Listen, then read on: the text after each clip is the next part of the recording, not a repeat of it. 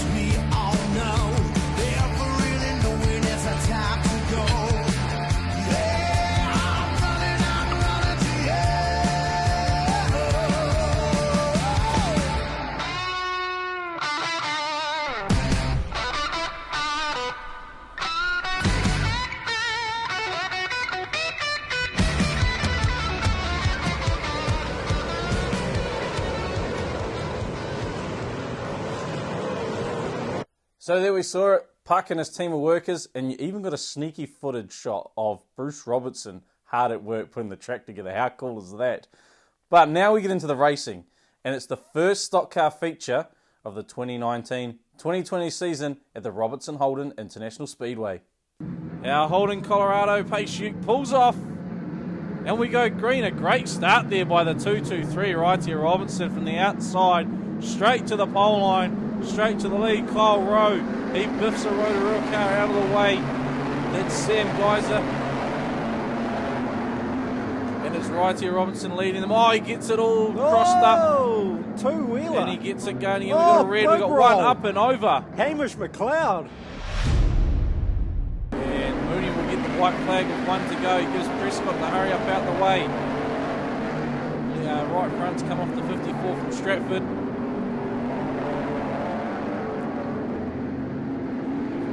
Come out of turn 4.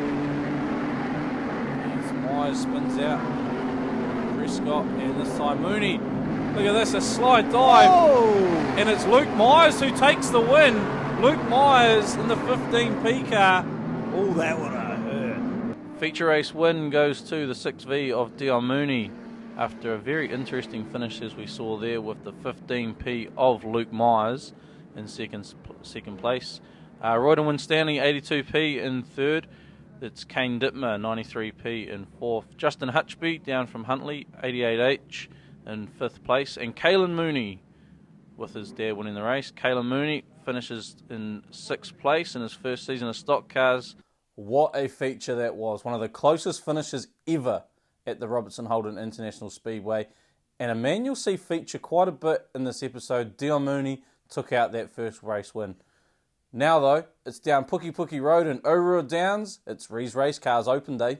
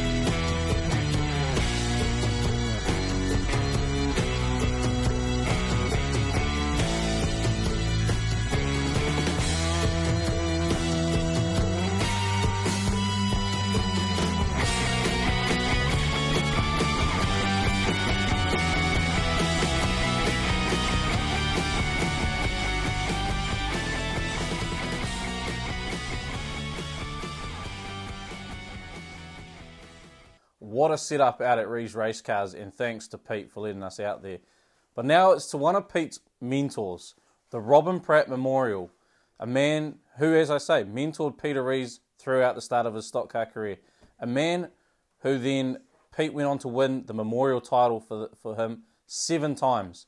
We crossed to the Robin Pratt Stock Car Memorial at the Robertson Holden International Speedway. Right, Robin Pratt Memorial night, and we're catching up with the 172 car here, Daniel Burmeister. Daniel, mate, Robin Pratt Memorial, always a big night. What's the expectations out there for yourself? Oh, really, I've got no expectations at all. It's a brand new car we're debuting tonight, so just to finish a couple of races, I'll be stoked. But going on previous years, and good as it is and all checked over it, you never know what will happen. You've been pretty much the man around here for the season points the last couple of years, obviously missing out last year. So a bit of confidence though. I know, like you said, you've got a new car, bit of confidence though in general, knowing you know how to clock the points up in these championship events. Yeah, no, it'll be a bit different learning how to drive, totally different driving style and everything, but you just keep going, and passing cars is passing points, so it's good. And new car this weekend, debuting it. What made you go to the new car, and tell us a bit about that, mate? Oh, I just sort of thought I've had that one for coming on 10 years, so I thought, why not? You never know if you're going to get better if you don't try, so got an offset and a bit longer wheelbase and a few different things just to give it a go and try hunt those titles a bit harder. Alright, we're catching up with a regular visitor here to Palmy Speedway, Dion Mooney, racing out of Wanganui in the 6V car. Dion, mate, Robin Pratt Memorial tonight. Have you done many of these meetings? Yeah, I've done a few Robin Pratts, never come out anywhere though, but that's the way it goes. So a bit like we were talking to Dale Robertson earlier, you're just one of these sucker for punishments that keep coming back and the title never goes out of town. Oh, we keep coming here because you're racing with good cars all the time, so it works out better along the long run, eh? Do you think now, like I says, the title, I think it's been out of Palmy once, and it was to Josh Prentice, and even then you can't really count it because he'd only just moved out. Do you think you're going to be the first one to take the Robin Pratt Memorial out of Palmy? Oh, it'll be hard work tonight to do that, I think. We'll probably try to get stopped in the end. Robin Pratt appeared at the Robertson Holden International Speedway, then of course the Palmerston North Speedway, back in the mid to late 1970s. He discovered the downside of Speedway early, suffering endless motor problems, having to deal with big names at the time like Evans, Parks, Myers and McIntyre.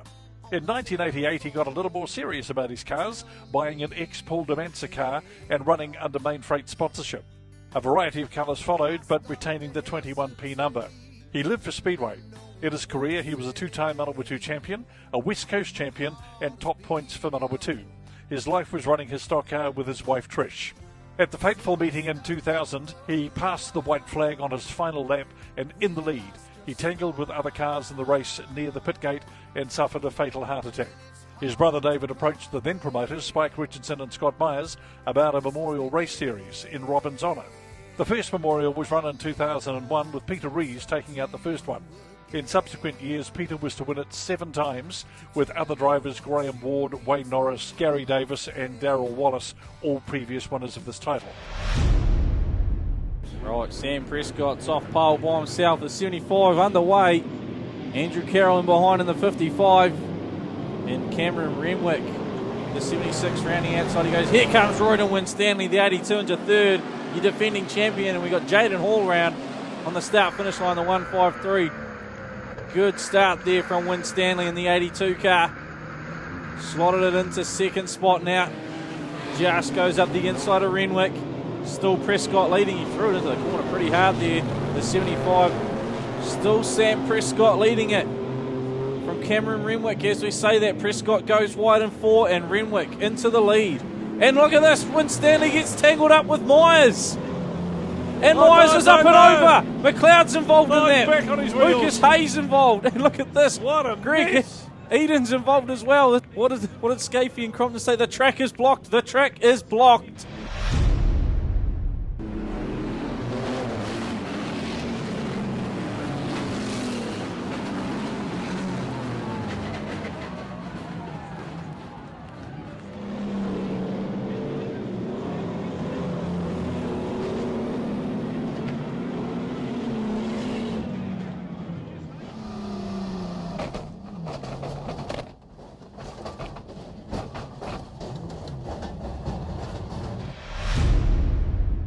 There is a tyre on the track in turn 3 and 4. Yeah, they're keeping an eye on that. We've got 2 laps to go. Prescott, brilliant drive. Renwick, Mooney now in third. That tyre's made its way down to the bottom of the track. White flag, 1 to go now for Sam Prescott. So officials wanting to keep this race flowing. They're doing a good job of keeping an eye on it. Royden Winstanley just collects that tyre. Sam Prescott now gives Jaden Hall a nudge. It's going to be Prescott and Renwick. It's going to be a drag to the line here as they flick the tyre. Oh, they come together and Prescott just holds on to the win. Scenes from last weekend's feature between Mooney and Myers. It all happens again. Well, that was an action-packed Heat 2 there. And Sam Prescott in the 75P managed to pick up his first win in the stock car class in Heat number 2. Cameron Renwick was on the podium last year, comes home in second. Dion Mooney, another good finish for him, finishing up third, our defending champion, once again in the top 6 and 4th, Royden Winstanley. Brandon Jurgelet, he managed to sneak into the top 6 as well, and Mitch Piscini in the 28P after what was a very spectacular Heat 2. Okay, so good night here at the Robin Pratt Memorial. We started off with 30 cars. I think we actually only ended Heat 3 with about 10 or 11 going. But out of that 10 or 11 that was still going, it was Dion Mooney from Wanganui who came away with the Heat 3 win and the title, mate. Dion, I guess we'd call you the first official out-of-towner to win the title, and it's definitely the first Wanganui car. How cool is that to take home this Robin Pratt Memorial? Oh, yeah, that's pretty good, you know. We come here every year expecting to get something, you know, but we always get beaten up at the end. To come here with a lot of cars, it's just survival of the fittest tonight with the cars falling off, so we were just lucky, I suppose. We saw the massive pile-up that happened in Heat number 2, and you were literally the only car that got through it. What were you thinking when you saw that unfolding in front of you? I didn't actually see it. I think I was just driving past it as it all happened, and I missed the whole lot, and I'm sitting down the back straight on the red light, so what the hell's going on? We just can't see anything. See, we told you we'd see Dion Mooney again. The winner, the first winner officially of out-of-town drivers to take home the Robin Pratt Memorial. Let's put it that way anyway. But now we go to Oceanview Speedway, the home of the 2020 New Zealand Superstock Championship. We catch up with Jared Wade and he talks to us about the reboot of the Kiki Kings. Hey guys, Jared Wade here, the driver of number 85K Superstock. We've made our way all the way to Oceanview Speedway today, come all the way from Hamilton. Raced last night at our home track, our opening meeting at Kiki. Had a fair bit of damage to do on the cars this morning, so it was a bit of a frantic drive to get here. A good 6 hours, 5.5 hours to get here. So we're all ready for tonight, try to get dialed in for the New Zealand champs here early January. So plans to really settle in and try and see what we can do here tonight and drag along our teammates as well. We've got quite a few other Kiki cars here, and a lot of them are in the Kiki Kings this year. So we sort of travel as a group and work together. So really looking forward to getting out there and getting amongst it. Pace chute pulls off on.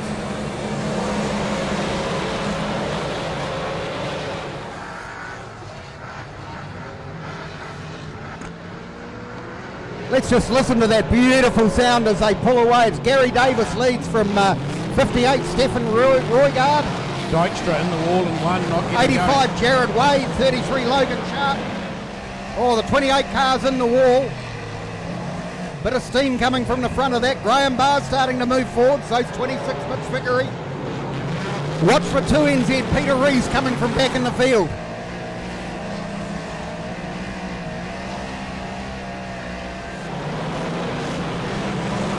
What a sound they make as they come down. Oh, big hit into the wall from Roygard on Davis. Everyone else avoids them. Davis gets down off the 58 car. But that's left Jared Wade out on the lead from Graham Barr, Mitch Vickery, Logan Sharp, Peter Rees. Just wait to see if Roygard gets going. Bruce Williams with a big spin to the infield. Davis to the infield as well, and the 31 after that hit. He's pulled off, Roygard going. Yep, 58 gets going, so no need to go red. Here comes the 85 leading from 85 Jared Wade from Graham Barr and 32P. Then Mitch Vickery, 26K, 33S, Logan Sharp, 2NZ, Peter Rees. May not be a horsepower track here, but boy, those guys are tramping.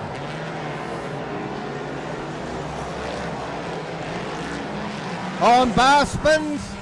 He gets clouted by Vickery, gets Sharp up behind him. That's given Rees a chance, but it's also given Jared Wade a really handy lead. It's white flag this time. And it's going to be Jared Wade gets the checkered flag as he comes across the finish line. Takes the win from 26, Mitch Vickery. 2NZ, Peter Rees. How good do those Superstocks sound around Oceanview Speedway? And I cannot wait for the New Zealand Superstock Championship next week. Now though, we catch up with Puck once again. As you'd know, Palmy had a little bit of teething issues with the track at the starting season. So we'll catch up with Puck. He'll talk us through a bit of track prep, and all builds up to the Ray Tarrant Memorial Sidecar Champs, where Mike Wilson does a stellar job catching up with some riders and swingers. Welcome. Obviously you can see we're hard into it, repairing the track from the 2 weeks of wet weather racing we had here, which ripped the track up a couple of weeks quite badly. Not an ideal racing surface. Just the wet weather in the winter got into the track down the south end and a little bit up in the northern end, and just never dried out, and with the clay tracks it just goes all clumpy and won't dry out. It hasn't been hot enough in the minute or two to dry out naturally. So we've called in all resources this week to open the track up, rotary hoe it up, dry it all out, and then put it back down again so it's ready to race on Saturday night with no holes in it. So big operation, big job. Thanks to Higgins, Highways, Robbie Anderson and all of the boys that helped do this exercise. It's been a bit of work to get everything together to get the machinery here to be able to do this. So also just over in the foreground there's two of the people that help us out with the track, Robbie Anderson obviously in the high vis there, and Dennis Todd, he's our scientific man, which gives us the heads up on the moisture content in the race service, and is a valuable asset to putting the track down and getting it to stay down good. So Dennis has been around for years and years doing the track here, and it's great value to the speedway here. Yeah, the machine we're using, it's a Virgin stabilising or hoe, I suppose you'd call it. Probably worth $800,000, $900,000. It doesn't belong to Palmerston North. It's been brought down from Napier for the job, it's basically just a big rotary hoe. I mean, you can hoe anything with it. It'll hoe concrete. Does a good job on topsoil. Does a real good job on the track. We're down at the southern bend of the track, which was the worst part of the track for the first 2 nights. And it's obviously been rotary hoed up, you can see, and we've just put some hydrated lime, just a very minimal amount of hydrated lime here, just to get the final bit of moisture out of it as we rotary hoe it up for the final time. And then the track will be laid down for Saturday nights. As I say again, thanks to Higgins, Highways, Robbie Anderson, etc. for all their input into getting this so we can make the track ready to race this Saturday night again and back to how it should be. It's the Ray Tarrant Memorial. 20 sidecars here to do battle for this prestigious title. And I'm right here with the defending champions Mark Y and Jacob, a.k.a. Ropes Cooper. Guys, are you feeling it? Yes and no. I'm a little bit nervous tonight, to be honest. It's a good field of bikes here, so it's going to be a hard-fought battle to get to the end. Jacob, you're always up for it. Oh, mate, just send it. Just send it. Well, I mean, we've got a wicked turnout of bikes tonight. I see Puck and Bruce and all of the team have tried putting on an awesome track out there, so hopefully, fingers crossed that stays together. But, man, any one of these 22 bikes that's lined up here tonight can take it.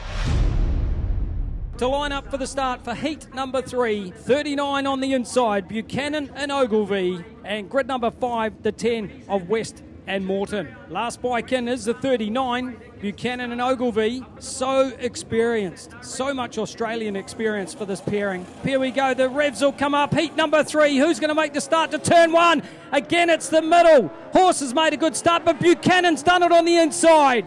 The 39, Buchanan and Ogilvie. First ones to make the start off the inside as they charge down this back straight in heat number 3. Horses in second place on the 17 bike. Third place is the 32 of Carter and Combs, and then it's the 27 bike of Bowler there in fourth. Well, can Horse catch Buchanan? Horse has got so much knowledge, so much track time here at Robertson Holden International Speedway. He's keeping Buchanan honest as they come down the back straight again, just slowly extending out the race lead for the 39 bike. Buchanan out in front, Ogilvie hanging off the back. Second place is still the 17 of Hislop and Stewart. They could get 4 big points out of this. Down the back straight they go for the last time. This is how good this guy is. He's a contender tonight for sure. Heat number 3, the win will go to the 39, Buchanan and Ogilvie. Second place is the 17 of Hislop and Stewart. Third place, I think, went to Carter and Combs. Well, just when you thought that this championship couldn't get any tighter, well, it has. We only have one clear-cut qualifier after the 3 rounds so far, and that's the 8P bike of Rob Miller and Red George, who finished on 14 points. They only dropped 1 point. The interesting thing, there's 5 bikes tied on 13 points, but only 4 of them can go through to the final. So we're going to have a 5-bike race-off to determine 4 places. You don't want to finish last in that one. From gate number 1, the 17 of Tony Hislop and Matt Stewart. Gate number 2, defending champions, 96, Mark Y, Jacob Cooper. Gate number 3, the 39 from Christchurch, Andrew Buchanan and Bailey Ogilvie. Gate number 4, 46, Russell Stewart and Andrew Parker. And gate number 5, up against the concrete for the husband and wife team from Hawke's Bay, the 51 of Kim and Kerry Johnston. 5 bikes, 4 laps. 4 bikes go through to the final of the Ray Tarrant Memorial Sidecars, where it is just one race to determine the podium. Here we go. Oh, jumping the start, the 51 might be penalised for it. We've gone red and we've got a bike up against the fence. I think that was Horse on the 17. Is it Ropes? Is it the 96? So there we go. They've been excluded. The 51 bike. Yep, done. That takes a bit of the drama out of it. Unfortunately, Kim and Kerry Johnston, who started out so well early on tonight with 2 straight race wins, are going to have to park it up on the grass. It's just a formality now, unfortunately, but you will still want a race win to carry that confidence over through to the final, because there's 3 more of your competitors right there, right round the outside. I think it's the 39 of Buchanan. Look how fast that bike just lights up. He will lead the charge down into turn number 2, 3, and through 4 to complete lap number 1. Russell Stewart, Andy Parker in second place. Third place is the 17 of Hislop and Stewart. And just out the back, perhaps just circulating now, the defending champs of Wyan Cooper, knowing that they're in the show. Closing in, Russell Stewart on the 46. They're all hugging that pole line. 2 laps in, 2 to go. Oh, Buchanan misses the turn, just drifts out a little bit wide. Russell Stewart doesn't need to be told twice. Oh, contact! Contact with the 17 bike. Wow. Let's hope the swing is okay. That was hard Stewart contact down in into turn the wall. Number 4, 2. Hard contact. And they might just declare this a result. Wait and see what the referee makes of it. The swinger looks like he's going to get up on his feet. Does some push-ups, race fans. I told you they're tough, and a bit of break dancing. And fortunately, nothing broken. Mate, I don't think I've ever seen a sidecar passenger fall off, lay on the track, and then get up and do press-ups. Yeah, shit, not ideal, eh? I done well the first time when we spun out in the top corner. I was like, yeah, nah, I've never let a bike go round and I'm not doing it this time. So I climbed off and I saved him and I screamed and while I was there, I was like, told you I'd save you. Anyway, yeah, I don't know what the heck happened there, but that man, I don't know whether it was the dirt or the concrete wall that hit my head, but didn't feel good. But hey, you got to let the crowd know that you're up and mobile and all okay, eh, somehow. And you all know I'm a bit of a show pony, so got to do something for the crowd to make them laugh, eh? Hey, a big shout out to Puck and Bruce Robinson and everything for the track that they've put on to have a massive turnaround like they did from the last weekend's racing. Top effort to Robertson Holden International Speedway for that. And also just a quick little shout out to our sponsors and everything that have got us here and got our new cool craft looking awesome. Pack and Save Gizzy, massive shout out to you guys.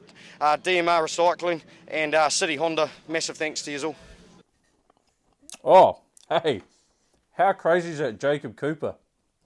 I've got a mouthful of mince pie. But how cool was that Ray Tarrant Memorial and Jacob Cooper? Man, he's nuts. Right, now it's Show Night Cup for the Superstocks, and we'll watch Heat 3. I'll get back to eating. Here we go, on the limmy they are. And it's Peter B, gets a good jump, but Jack Myers, look at that, straight to the pole line, and they fish out wide. Charlin gets the squeeze to the wall. Peter Bengston, your race leader. Myers has moved up into that second spot. No, Rebecca Barr holds it. Myers back into third. So the 3 top on points along with William Humphries, who is currently sitting in that 5th spot. William Humphries. Remember, Rebecca Barr, Jack Myers and William all tied on points. The second, Peter B leading the championship. He's got a good 3-point buffer there. Leading this race. He's really known how to use the highline this season. And Michael Williamson's gone round in turn 1 and stalled it. And it's the 2 green cars leading the way. Peter Bengston and Rebecca Barr ahead of Jack Myers and William Humphries now looking up the inside of Myers. The 2 Panther teammates side by side into 3. Suspension a bit soft on the 94, bouncing through the corner, and Jack Myers, as we've seen so many times, he hits that wall and puts the foot down. Rebecca Barr is going to try the same.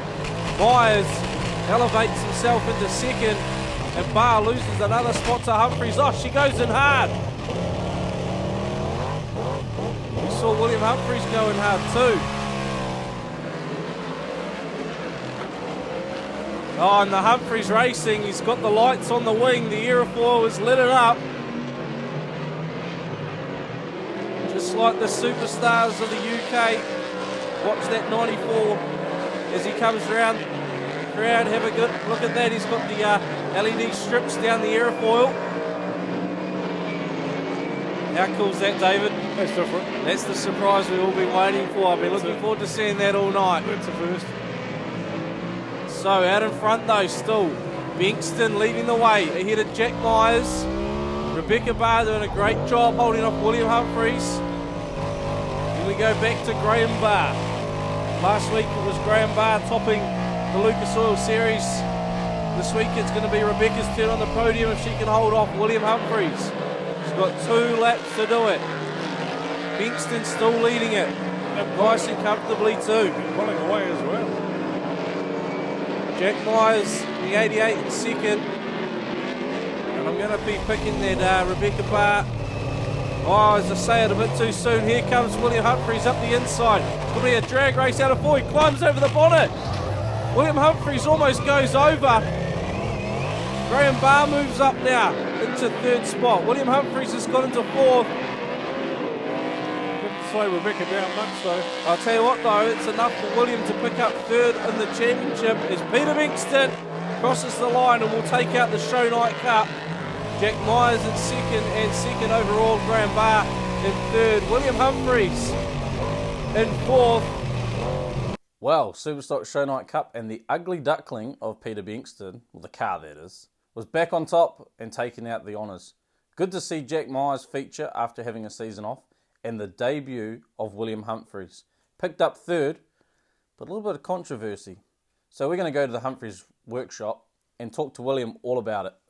As most of you know, William debuted the car over the weekend at Palmy Speedway and became the man of a bit of controversy, almost breaking the internet. And so we thought we'd come and catch up with William. To start with, I guess, what was the need for a new car this season? My old car, that chassis was 10 years old now. It was Dad's old one. And then I shortened it 45mm at Team Champs this year. So yeah, it needs a bit of work. So I was either fix that or build a new one. And I don't like cutting stuff up, so it's easier to go new. Even last couple of years, just been thinking of what I can do that, build something that looks different to anything else. And yeah, then once we decided, I need a new car, I just went home, pretty much got the crayons out and just started scribbling around and come up with this sketch. This is just something I've kind of worked out in my head, and in my head it all works, so no reason it won't work on the track.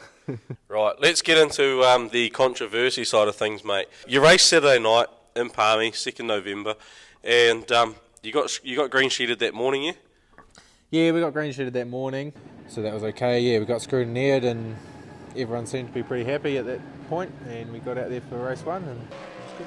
I was after, then got out for the 2nd race and come down to the pits, and it seemed everyone had changed. A lot of the officials had changed their mind, or they'd seen it pop up on the internet or whatever. And so what they've done is they've issued me an impound notice for the car, and put those tags on there, obviously, so I can't go cut it up before they come inspect it, because they're going to come inspect it and make a call on, whatever their decision is we have to go by, I guess. But in my eyes, it's legal, and according to the rule book, how I read, is legal.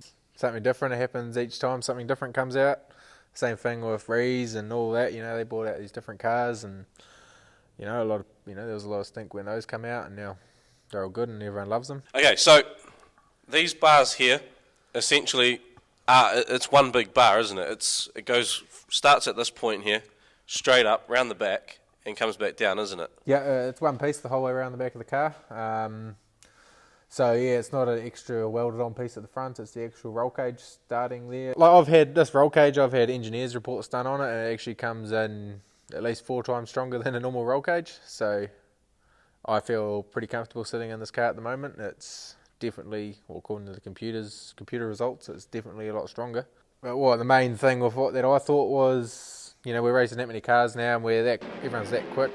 You get up, put up on your side, there's not much time, someone hits the back of your roll cage, they come forward pretty easy, because the current design, there's no bracing whatsoever for forward and back movement. The way I've done the back's got a lot more a lot more clearance between the back of the roll cage and my head than a normal one, and then obviously these front bars, the roll cage finishing a lot further forward than normal, was creating more of an angle. Also protects all the carburetor too, stops the car coming through your carburetor, you know, making fuel go everywhere. I was going to say, next thing is fuel everywhere. Yep. So everyone's buzzing about this on the bumper too, this hard facing. You've had that on quite a few cars, really, haven't you?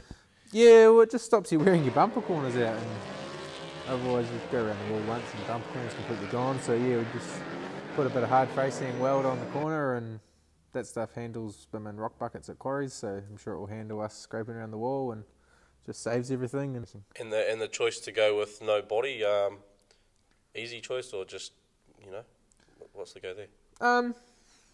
I just went with that look of my sketch that I drew originally. To be fair, I mean, the panels, because they're carbon fibre panels, aren't they? Yeah, it's all full carbon fibre the whole way around, all the side panels and everything apart from the bonnet. There's been a bit of talk about this front panel, but that's all it is a front panel. Oh, exactly right. There's no airfoil in there, it's got a back on it. It's looking pretty mounted to the actual chassis. There's no stays underneath it, no advantage or disadvantage like a wing would probably be, I guess. Just a good spot to put some sponsors, really. That's it, hey, that's it. On that note, you probably want to thank a few sponsors and a few people too.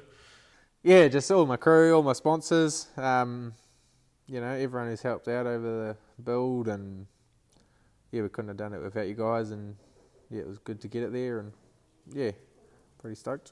We've covered off a bit about that cage and the I guess the saga there, and it's good to, I guess, get your side of the story and clear that up, because I know a lot of people are talking about it. Well, how's that for high drama? Good thing Williams got it all under control, worked with Speedway New Zealand, and he's back on track. Good to see the 94P out there. Right, now we head up to Taranaki. We go to Stratford and we talk to some drivers. We get a bit of highlights from the midgets, the modifieds, stock car king of the mountain, and we'll see William Humphries at it once again, carrying his mate Blair Eulenberg, I think, to another Superstock Best Pairs victory. Small field of modifieds lined up for the City of New Plymouth Classic, where there was some class racing. Bunter on the gas, he's on the inside, he's flying. He gets wide, Bunter pulls it down tight, down low, here we go, Jacko, up comes Carl. All the go to the show meantime, Jason Callan out in the front. Lapping 15.0, these guys are flying, 15.0 for a lap. After the third heat, 3 drivers were all tied for that third position, so a 3-way runoff was needed. Oh, race now.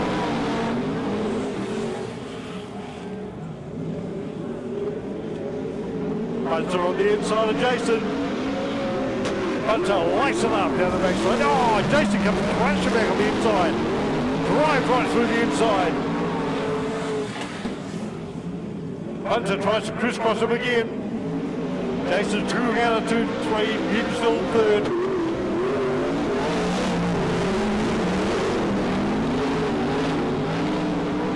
Overall, 71S John Jackson took out the City of New Plymouth Classic, with Carl Hinton 24S in second, and then winning that 3-way runoff with 12S of Jason Kalin coming home third place overall. And then we have a couple of highlights from the midget class, one featuring 67S Tyler Robbins with that big rollover there. While in Heat 2, Duane Hickman, who done the double after winning Heat 1, follows it up by winning Heat 2, so a great run there for Duane, the 95S midget. Hi, my name is Ian Riddick and I'm the driver of the 61S Superstock, and first time racing a Superstock this season, first ever time, and it's great learning about the car, new class, new everything. Raced at Palmy last night for opening meeting, went pretty well, kept out of mischief, had a play, got to learn the car a bit more. Now we're here at practice day today learning more about the car. We're here to have a ball and bring on the season. Is this your first season of Speedway? This is my first season. It's taken 2 years to build, so it's finally here. Both cars are taking 2 years, so yay! Okay, so what were you racing before this? Before this, I was racing a Kerrigan mini stock for 5 seasons, I think, and taught me a lot and loved it all, but it was time to move on and gain experience in another class. So this is a brand new Triple X out of America, and Tim Clark from Clark Performance in Auckland has put it together for me. He's done a amazing job, and it's got a Hartley 4 AGE in it. How are you finding the mini sprint? This here rocks quite a lot, very low to the ground and a lot more speed, and it's a lot more touchy, and I have to really critique my driving skills. What are your aims for this season in the mini sprint? Just to really finish every race as well as I can. I don't really want to do damage for my first season, and yeah, just to gain a lot of experience and a lot of friends. Tell us a bit about your car. It's a Kiriga chassis with a Hartley V8 Nissan in it, and yeah, it's about all. What are your goals for the season? Finish some races. Yeah. Do you want to get some placings? It'd be nice, eh? But who is your rival? My rival? I don't know. Who is your idol? Mark Phipps. Okay, that's a good one. And what other classes would you want to race? Maybe sprint cars, super saloons, or solo bikes. Yeah. Are you single for the ladies? Very single. A good field of stock cars lined up for King of the Mountain. 2-1, she's on the outside, foot hard down, she's flying. Look at her go. William Hughes nicking it down the back straight there, side by side on turn 3. What a battle! And the first heat ended with a close battle across the line between the 99S of Will Hughes and the 47S of Damien Hindstand, while the current 1NZ Tyler Walker finished up in third place. In second heat, Tyler Walker started from grid 10 and by lap 2 was in the lead, and that's where he finished with the same top 3 from heat 1. Damien Hindstand coming home second once again, and Will Hughes in the 99S coming home in third. Win for Tyler. King of the Mountain chance, round 2. In the third heat, Tyler Walker, the New Zealand champion and defending King of the Mountain, got a lot of attention with the help of his Stratford Stormers teammates, was able to get across the line first. That was until Speedway New Zealand deemed that he put 2 wheels over the pole line and disqualified him out of the race, taking him right out of title contention, giving the overall King of the Mountain championship win to the 99S of Will Hughes. Damien Hindstand, 47S, finished up second overall, and the 517S of Mark Woods coming home in third. Now we're on to the best pairs for Superstocks at Stratford Speedway with defending champions William Humphreys and Blair Eulenberg. Looking to make it 3 in a row, of course, William having his first run on the track in his new car. In Heat 1, William came home in 4th place in the 94P, and following him home, of course, was Blair in the 28S. So great start for defending their title. On to the second heat, where William got to grips with the car and he came home taking the win, meaning that the pair of William Humphreys and Blair Eulenberg had enough points by the end of round 2 to take home the title. They finished up overall on 105 points to take out the best pairs at Stratford Speedway for 3rd year in a row. Second overall was the 61S of Zane Riddick and the 95S of Mike Kizzer, and in 3rd overall went to 12S Simon Joblin, borrowing the Mark Phipps car, and Kelly Shearer in the 76S. Well, that was awesome to see Blair Eulenberg and William Humphreys take out their 3rd, that's right, 3rd, Superstock best pairs at Stratford Speedway. Now we head to the future of Speedway. We talked to Charlie O'Hara. Now Charlie, he scored himself a drive for the season in the Manawatu Speedway Club mini stock. Who knows? Will Charlie be another New Zealand champion, just like William, in years to come? Well, we're doing youth mini stocks tonight, and the 31P is the Manawatu Speedway Club car. It was available for a young driver getting into the sport last year, and this year it's in the hands of Charlie O'Hara. Charlie, I guess your family's been involved in Speedway for a while, and you've probably been coming since you're pretty small, so this would be something a bit different. And did you think you might get the opportunity to actually jump in and drive one of these things? Well, we actually didn't put our name into the draw first place. You didn't? So how much did you have to pay to bribe them? They actually called us and told us to put our name in. And what was your first thought when you got the news that yes, you were it? Well, I was actually in Whangarei for a hockey tournament.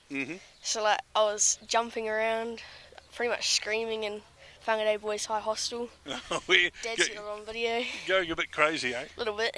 Okay, so how have you found the car so far? Talk us through your first time you took it out. It was a little bit getting used to, just as I've never driven a manual before, but I feel like I picked it up real quick. Yep. So when you were lining up there, for your very first race, everyone else was around you, and of course with the youth class, there's quite a few, and a lot of new guys too. What did you decide to do? Did you have any race plan? Not really.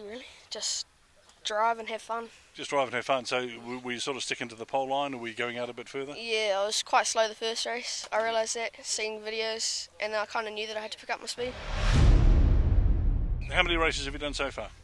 6. And I've had 2 meetings at Harrisville. Oh, Harrisville, okay. So do you think you've improved from number 1 to number 6? A lot. A lot. A lot. So where do you think you might go with it? I mean, are you looking to perhaps go to Rotorua or something like that? I would love to do MIP next year. That's my dream. It's always. Wouldn't that be something? I haven't been there, but people talk about it. They say it's a huge mini-stock meeting, isn't it? A lot of my friends, Max Lowe, Curtis Tanidi, Josh Mulcahy, they say that they love it. So the car's going well?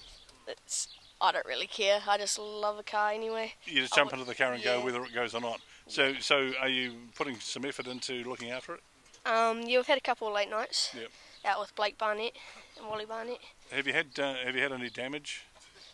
Drive shaft popped out. Oh, but that's sort of normal racing, isn't it? Yeah. It's not sort of damage as such. Yeah. I mean, your steel work's been fine. Yeah, it has. Okay. So this season, you're just going to attend as many meetings, I guess, as you can. The plan is to get off my mentorship, so we're going to hopefully do that tonight. Yeah. So long term, I know it's only 6 meetings in a mini stock, and it's too early probably to think of long term. But where do you think you'd like to go? Well, we really need a car. We don't want a car, we need a car. That's all that I can say. Have you written your letter to Santa?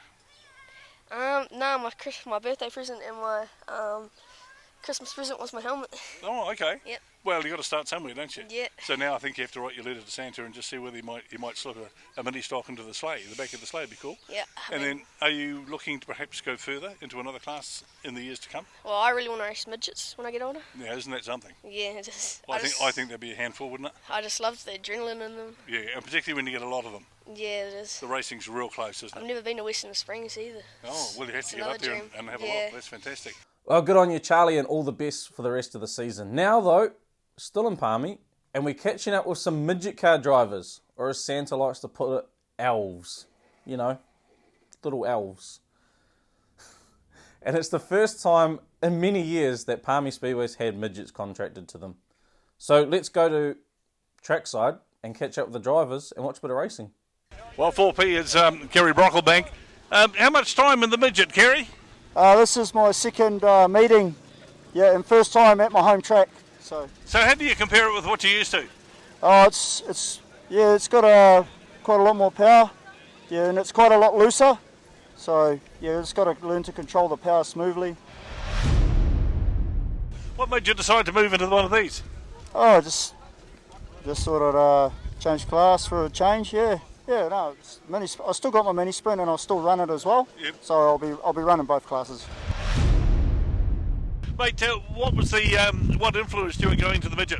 I think I'd sort of come to the end with the mini sprint, and with the Toyotas going in, I'd already spent enough money, and I sort of got out at the right time, and then this opportunity come up, and I took it. So it's up for lease. We're leasing the vehicle out as well.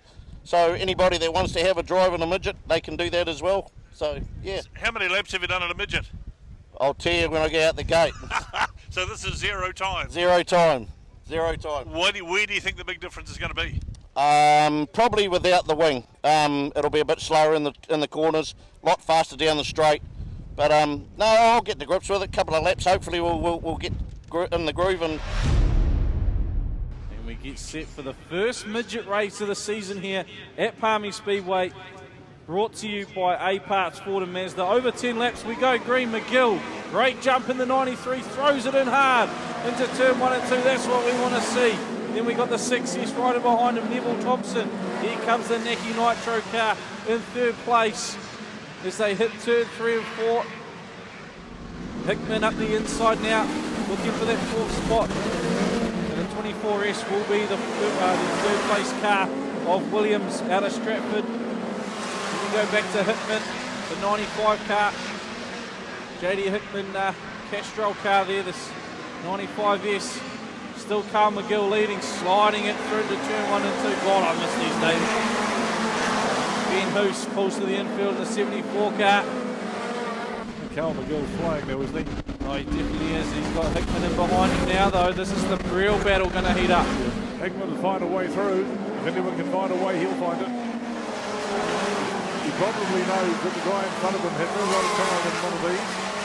He also knows he's had a lot of time in the mini sprint. He's going to come down the inside. Slide job done. Through. That's the one. That's how these midgets do it. They just slide on up the inside. And Hickman goes to the lead. No surprises there. I'll tell you what, though. McGill done a great job out in front, and he's going to be one to watch as he adapts to this car and the track throughout the night. 8 laps into it, they'll get the white flag this time round as Hickman comes out of 4. The 95S car takes the white, 1 to go, and he's almost lapping them. Getting into lap traffic now as well. I would imagine going to get through on the start finish line. I don't think so. He's going to get that high line right around the outside. He goes around the 74V car. Only 8 feet, and he'll take the win. Representing 16 seconds, a lap.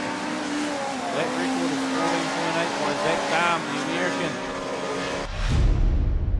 Here we go, race 2 for the midgets. Underway. Hoos gets the jump on Hickman. And we got collision, we got one up and over. Oh, wow. Big time. Carl McGill done well to evade that one. It'll be the 6S. Neville Thompson, he's gone over.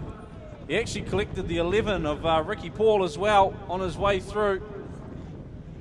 Well, how cool is it having the midgets back at Palmy Speedway? A couple of rolls in there as well, and Duane, the ace Hickman, taking out the win there. Now we catch up with Brendan Lemont, the man who drives the tank known as Nugget. We chat to Brendan about winning the points last season, taking out Stock Car Driver of the Year, and his Pumas debut. And of course, with his Pumas debut, came a teams race this year as well against the Rotorua Rascals. So let's catch up with Brendan, then kick back and watch the Pumas take on the Rotorua Rascals at Palmy Speedway. G'day, I'm Brendan Lemont, 174P stock car. This is Nugget. It used to be Ash Rees' 1NZ car.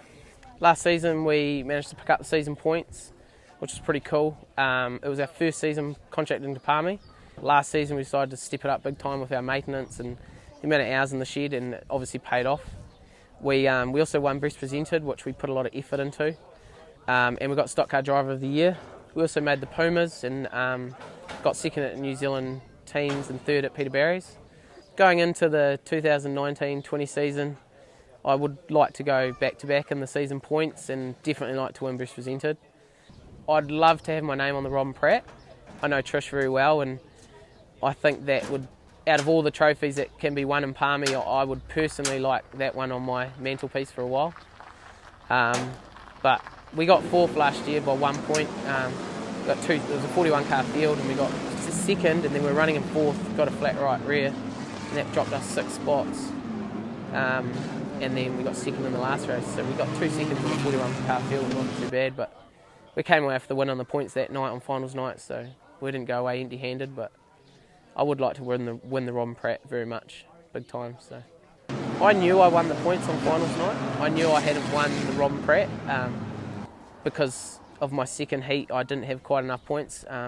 One thing the team selectors have said to me is count your laps and try and figure out where you are. And I knew I was in second, so I knew I won the teams. I knew I won the points, and I was fist pumping in the car, and people probably thought I won the Robin Pratt, but I knew I'd won the points. And that was a big highlight for me, it really was, you know. I really enjoyed that.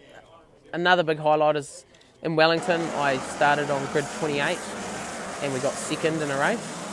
So to pass that many cars in one race is a huge effort, and Speedway's got a selfish sport, you know, like we get the glory, we get all that stuff. So for me, like, my crew turn up every single Tuesday night, and if they have to, every single Thursday night and every Saturday, and so a highlight for me is that camaraderie of the crew, and they still keep coming back and doing it for them, and it's a big thing. So that's also a highlight. The racing's cool, but the fact that the crew can be involved is a huge thing for me, and the family as well. So we've got some big sponsors on board that we like to look after.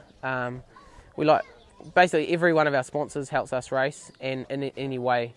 But yeah, we got Gull New Zealand on board, Allied Concrete, Mitre 10 Trade, Palmerston North, Moto Muck, Origin Homes, Fiberglass Body Specialists, Wellington Toyota Dismantlers, Building King Products. We've got custom screen printing. We also have Stay Safe Fire Protection, Sign Fusion. A big part of cleaning the car, and as terms of presentation, is we've got Moto Muck on board this year, and we use their products religiously last year. And if you're looking to clean your car easy, Moto Muck is by far the easiest thing to use. It'll saves you hours. So we went from cleaning a car for 3 hours down to an hour and a half.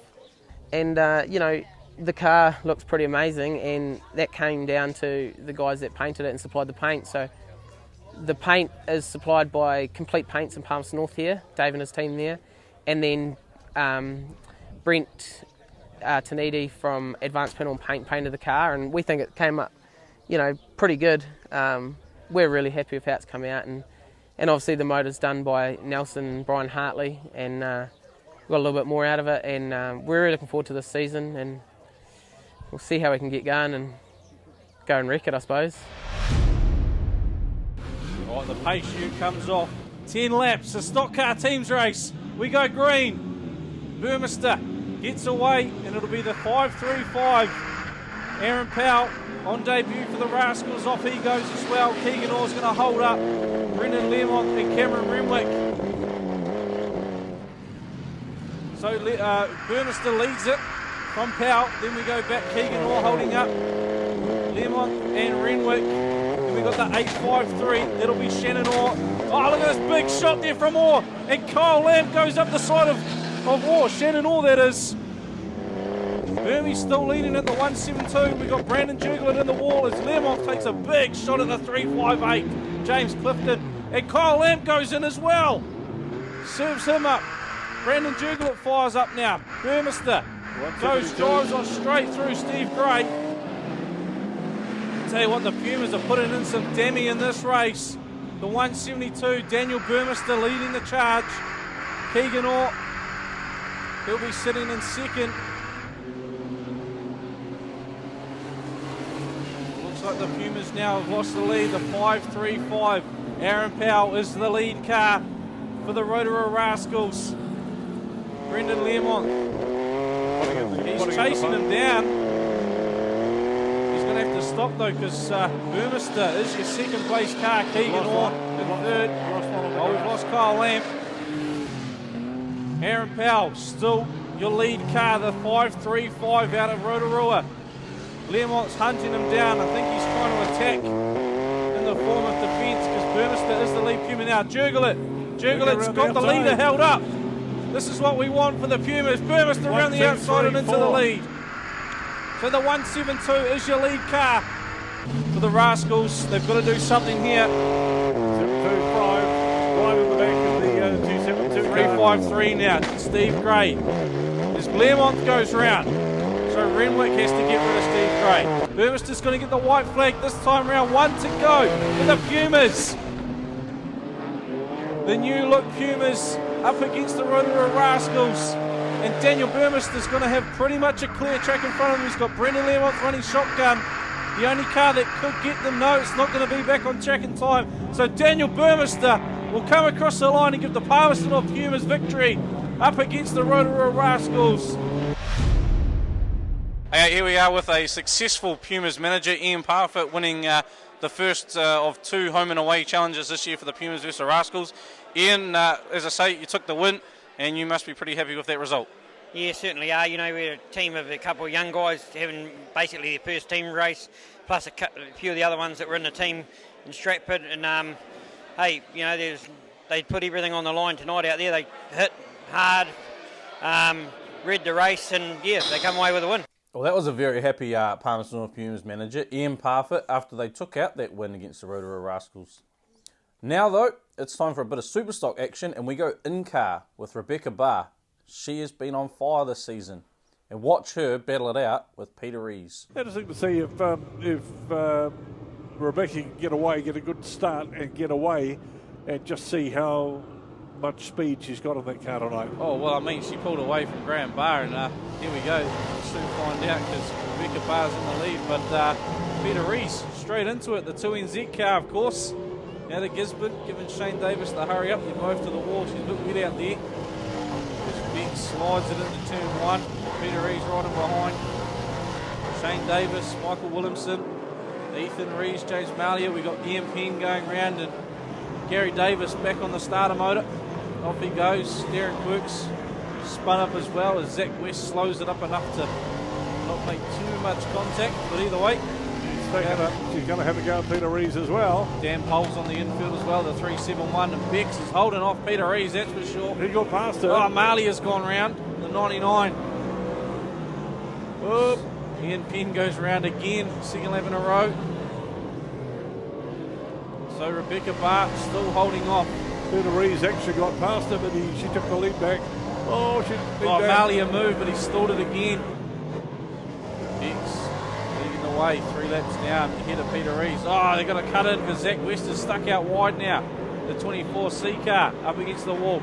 Peter Rees now up the inside of the 34. She's got on the inside. She's going to try and get through back on the inside. There comes the big squeeze from Rebecca Barr. Peter Rees holds on though. It's on for young and old here. There's Rees and Barr going at it. Shane Davis still in third. Michael Williamson, Ethan Rees, Graham Barr. And we go back to Benji Sneddon. She's got through. Great driving from Rebecca Barr. Here comes Rees again up the inside. Huge hit. Puts her in the wall. Rebecca Barr goes in. She's not going to give up that easy. She puts the big slide job in. The 34 giving it as good as she gets. Gets stuck out in the mud, in the marbles. She's going to try and leap up on him though. Rees puts himself in the wall. This is a great opportunity for Barr, and Shane Davis is going to go through the open door. Oh, Davis puts in a bit of bumper work. Great racing here. Ethan Rees is about to get involved in the 127. But Peter Rees now, he's got some car links over Rebecca Barr. The leader, Pete Rees, the 2NZ G car. Comes out of turn 4, followed by the 7W, Shane Davis. Ethan Rees there in third. Then we go back to now it's Benji Sneddon up into fourth. Oh, he spun it around. And Williamson's going to collect them big time. The wheel guards come off. We're going to have to go red for that one. White flag, 1 to go for the 2NZ. Shane Davis sitting in second. He's got Ethan Rees ready to pounce, and he does. The 127 up the inside of the 7. Peter Rees is slowing up though. Ethan Rees up the inside of Pete. Are they going to collide and let Davis through? No, it'll be Shane Davis in third. So Ethan Rees will come home and take the win ahead of Shane Davis. How good was that battle between Rebecca Barr and Peter Rees? Very unlucky though for a flat tyre there for Bex. Keep watching because we've got a bit more Rebecca Barr later on in the show. Meantime, it's back to Stratford Speedway and our guest interviewer, a man who he's quite enjoying his time with the microphone in hand, Daniel Nicol. He'll have a chat to some drivers, so will Shane Dewar, and we also watched Shane Dewar, from what I've seen on the clip, bit of teams racing action going on in the mini sprint class. Either way, catch up with Oval Superstar Series Round 1 from Stratford Speedway. New segment, drivers interviewing drivers. Ben Vaughan, current 3NZ. Got the nickname Fast-Paced Benjamin Vaughan these days. Here with a McDonald's backed CSR chassis. Ben, recently you've become a member down here and you're here on a regular basis, mate. Looking forward to tonight for round 1 of the OST. Yeah, I am actually. I don't exactly like the place, unfortunately. But yeah, no, it's good. It's good to race against guys like you, you know, keep you honest. And it's good that your family supports me with my racing by Eddie McDonald's, and, you know, it's good. Yeah, mate, we're still in tight family discussions about that back home with the kids, eh? But no, you're doing the job. You're representing McDonald's well, mate. You're travelling around the country again. And track's been testing the last few weeks. Hoping it's got better tonight, man, and what's your plans for it if it doesn't? Yeah, well, yeah, the tracks have been a bit challenging, and but yeah, you just got to drive through the holes if you have to. You know, I'm starting on grid 14. I got you at 15 in the first one, so I've got to start moving, or you'll be hitting me up the backside, no doubt. It's a big field, Oval Superstars. Great to have you guys in town. Donald Kuriger. Watch Sean Dickey, car 10. See where he is? You watch him carve his way through the field. Watch this. Watch this.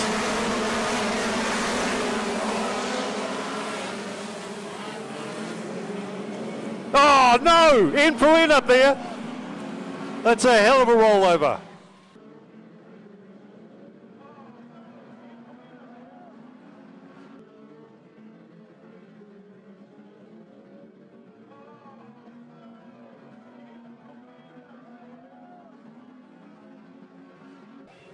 Here's a flag. Let's go racing. Go!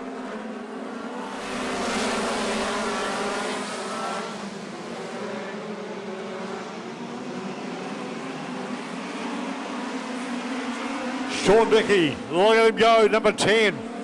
Powering his way through there. 72, Elliot Heron.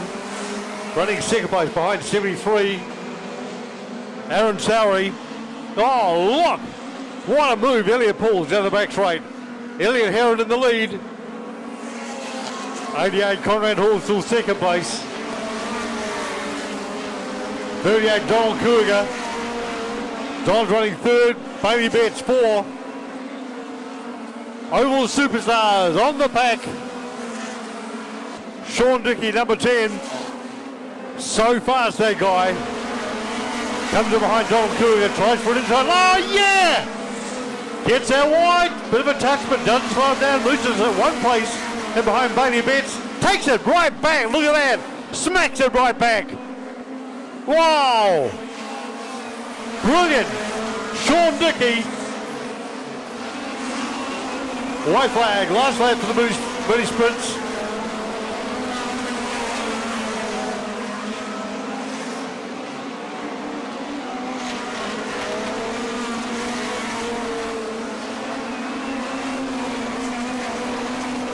Elliot Heron wins. Conrad Hall second. Donald Kuriger third. Yeah, how's it going? Shane Dewey here, winner of the first round of the OST. Ben Vaughan next to me here, third place tonight. He came second last year. I'm the last year's champion. Good night for the first round of the OST. We're looking forward to going to the next 4 rounds. I think next round's Kiki next weekend, so stay tuned and we'll be throwing some dirt. Anything to add, Ben? Hey, it's a good series. A lot of fast cars. Mini sprints, quick class. You know, when we're lapping quicker than the midgets, it's a good class to be in. So hopefully we see you there, and the racing will be fast and hard, and yeah, be good. Well, there it was. First round of Oval Superstars got underway in Stratford, and yeah, nice shot there from Shane Dewar, just saying.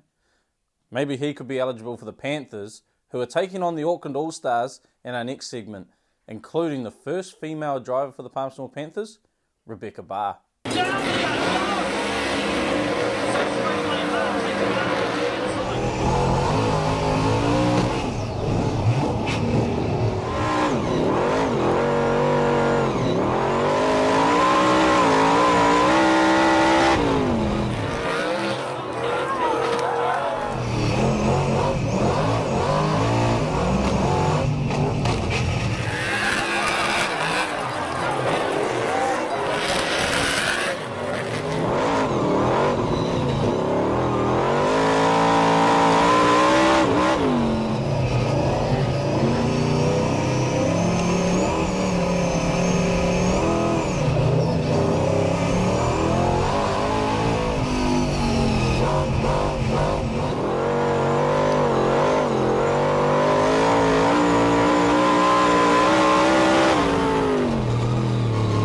So a good early hit out for the Palmerston North Panthers, taking that win over the Auckland All-Stars. Just unlucky to come up short in the final against the Kiki Kings, but good to see them blooding some new drivers too. Now we go to another young driver, Jamie Hemi, a man who's got plenty of potential. 4th season of Superstock racing, would you believe that? Anyway, we catch up with Jamie, we talk about potential of teams racing himself, and then we see how Jamie goes in Heat 1 and Heat 2 of King of the Arena Superstock Best Pairs on the Friday night. After that, we'll catch up with Rebecca Barr, or Dave will anyway, catch up with Rebecca Barr about her first night and see how we go. We're here for the King of the Arena Superstock Best Pairs, and I've got the Hemi team, the Rev Walker Motorsport team. Got Wayne and Jamie here. Jordan's hiding somewhere in the bus, so we'll catch up with Wayne and Jamie. Jamie, first off, mate, 4 years this is your 4th year in the tank. Man, that time's gone pretty quick, eh? Yeah, it has gone pretty quick. I didn't know that till now, so... For this season, for yourself, it's just a bit more development and getting more seat time, and obviously the goal, I guess, this year would be to qualify for some championships as well, yeah? Yeah, that's qualify for that's any championship would do me at the moment, and my main goal is to get into a team for the team champs, but we'll see what happens. I like the sound of that, Jamie, Hemi and a team. I think that could be awesome. We'll cross over to Wayne. Wayne, I'll start on that one. Jamie and a team. Well, it's kind of, he's got to get there one day, but, he needs to get the experience, and, there's a lot of good young drivers coming through, so there's a bit of a bottleneck there, and he's got to do the laps and get the work done to be able to prove himself to be in the team. So that comes with experience, and, he'll get there one day. So Blake Adamson will start from pole. Zane Dykstra in the 38P off grid number 2. Ron Ty 599. Jamie Hemi 571. Then we go back to Rebecca Barr 34. Keegan Levine in the 5W. Chris Collingwood there in the 947. Brent Hislop in the 9P. Utes left. We go green. Good jump there. Adamson's holding them off. And Dykstra will go to the outside. Zane Dykstra. Oh, we got one round. That's Brendan Charlin. Ricky Dykstra pushing him. Scott Penn gets spun up in the mix. Looks like Brad Eulenberg. Yep. Tim Ross has gone round. Daryl Roper. Your leader's the 38, Zane Dykstra. The Dykstra car heading out of turn number 4. Then we've got Blake Adamson, Rebecca Barr, Keegan Levine. Having a great battle, those two. Of course, the two Levines paired together. Chris Collingwood smokes himself into the wall with 947. Race for the Panthers last weekend. Here's Wayne Hemi sitting in behind and not too far away. Jordan Dare as well. So the Walkers are appearing running pretty close to each other. We've lost Ricky Dykstra. So we've lost the 28P while the 38P is clearing leads at Rebecca Barr now. Slots into second ahead of Keegan Levine. Blake Adamson's gone back to 4th. I think we'll have some less issues with the 38, but he's leaving the race ahead of Rebecca Barr in the 34 car. And Rebecca's going to catch up to the 38. Hemi's made his way into 4th. Adamson's dropped back to 5th. Oh, Scott Penn goes round again, courtesy of Brendan Charlin. Not a great night at all for the 77. Stuck in a very awkward position in front of that grandstand. In the meanwhile, Keegan Levine's fired Rebecca Barr out wide, and Dykstra up the inside of Jamie Hemi. He's going to have to battle his way through a bit of lap traffic here. But it's still, I was going to say Dykstra leading, but it's not. It's Keegan Levine who's gone to the lead, and Wayne Hemi into second. Hemi into second, Dykstra in third. Then we go back to Rebecca Barr. Blake Adamson doing a great job. Oh, Eulenberg's gone round. Pulls out in front of his Stratford teammate. Your leader still Keegan Levine. Hemi right behind 2 him. laps to go for the 5 dub. Hemi's got a bit of smoke coming out of that car. Leah Eulenberg slots in behind Hemi. We've seen a battle between those two a few times. So white flag, 1 to go for Keegan Levine, the 5W from Wayne Hemi. That smoke's getting a lot more now. Starting to see it through the cockpit as well. Zane Dykstra sitting in 3rd, Rebecca Barr in 4th, Jordan Dare in 5th. It's going to be a good haul of points here for Red Walker Motorsport. Zane Riddick gets pushed out the way, and Keegan Levine will take Heat 1 from Wayne Hemi.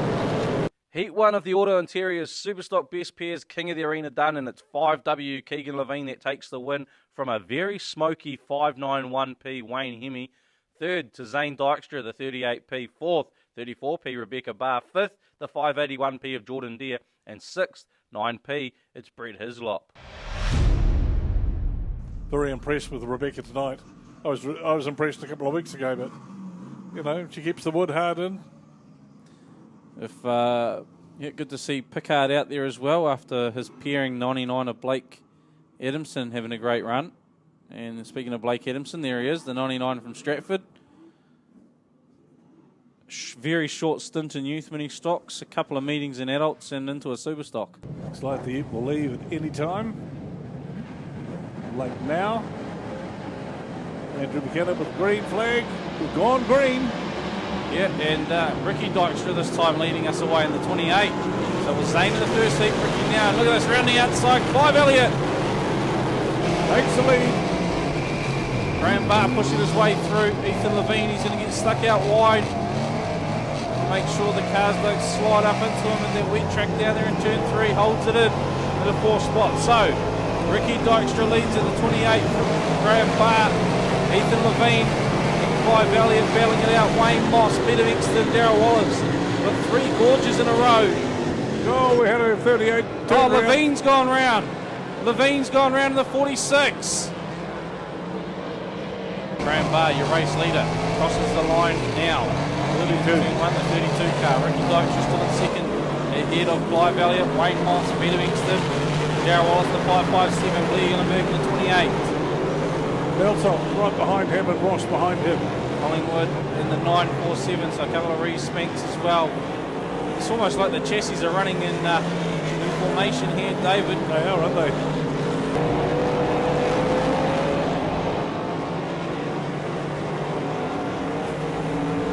Big pile up down there in turn number 3. Blair Yellenberg leaning all over Clive Elliott. He's got Malsop giving him a hurry up too, and Rebecca Barr.